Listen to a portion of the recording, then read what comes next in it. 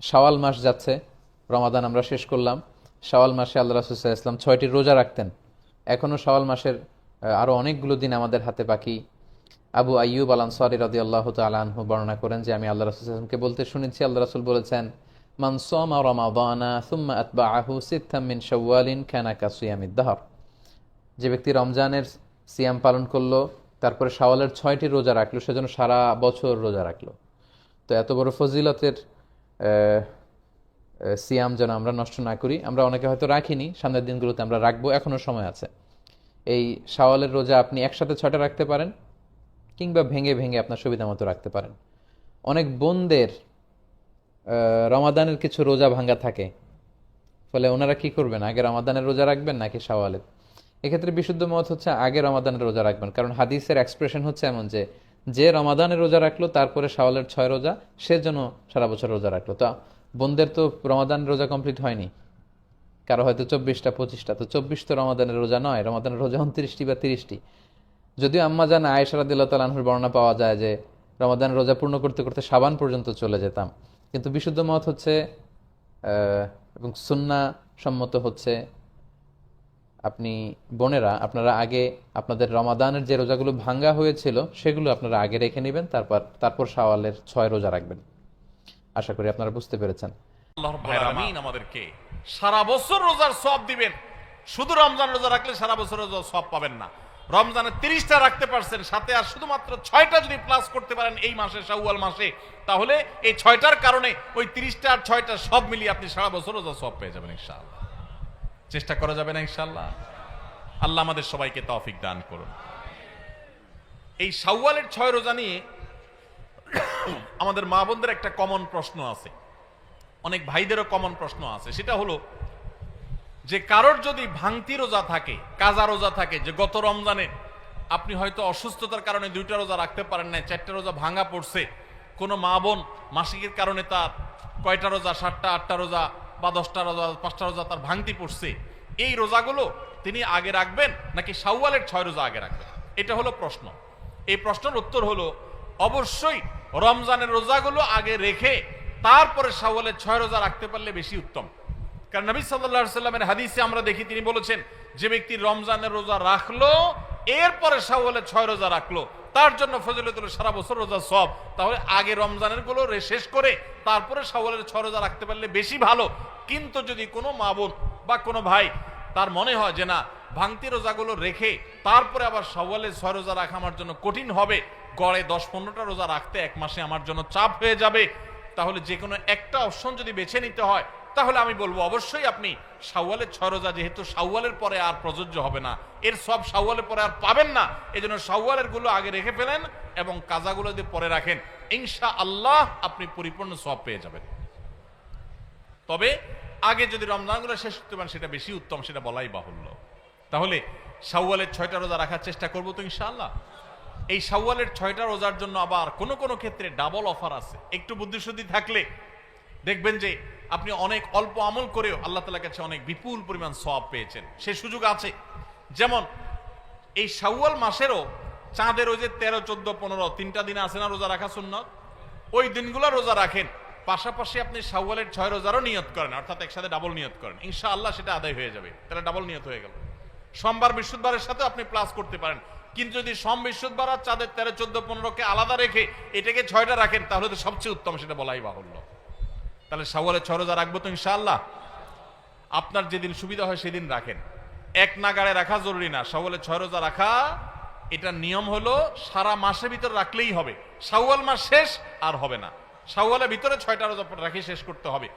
এই জন্য আপনি ধারাবাহিক টানা রাখতে হবে এমন কোনো কথা নেই।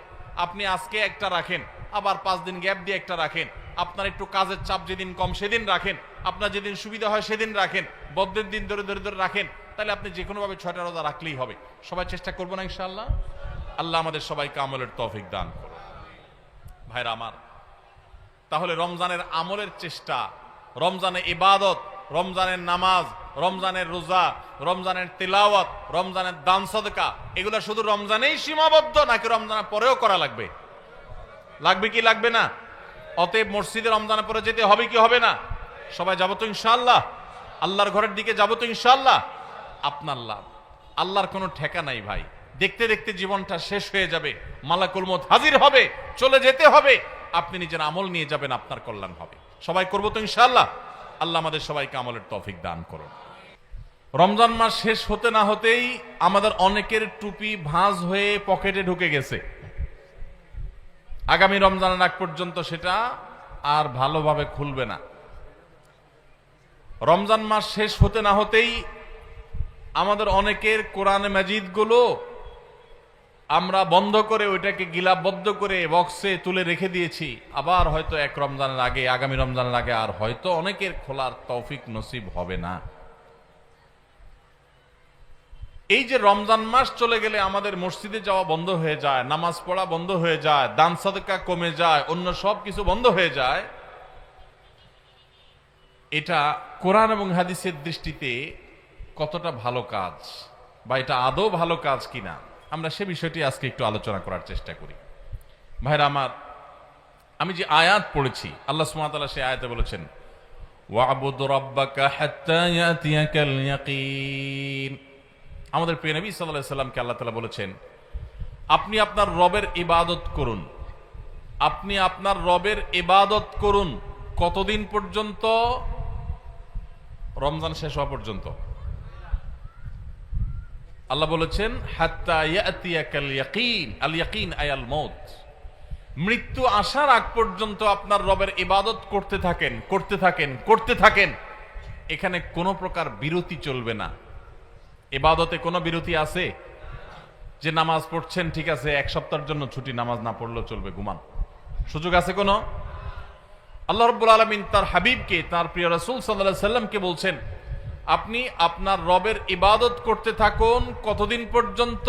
মৃত্যু আসার আগ পর্যন্ত।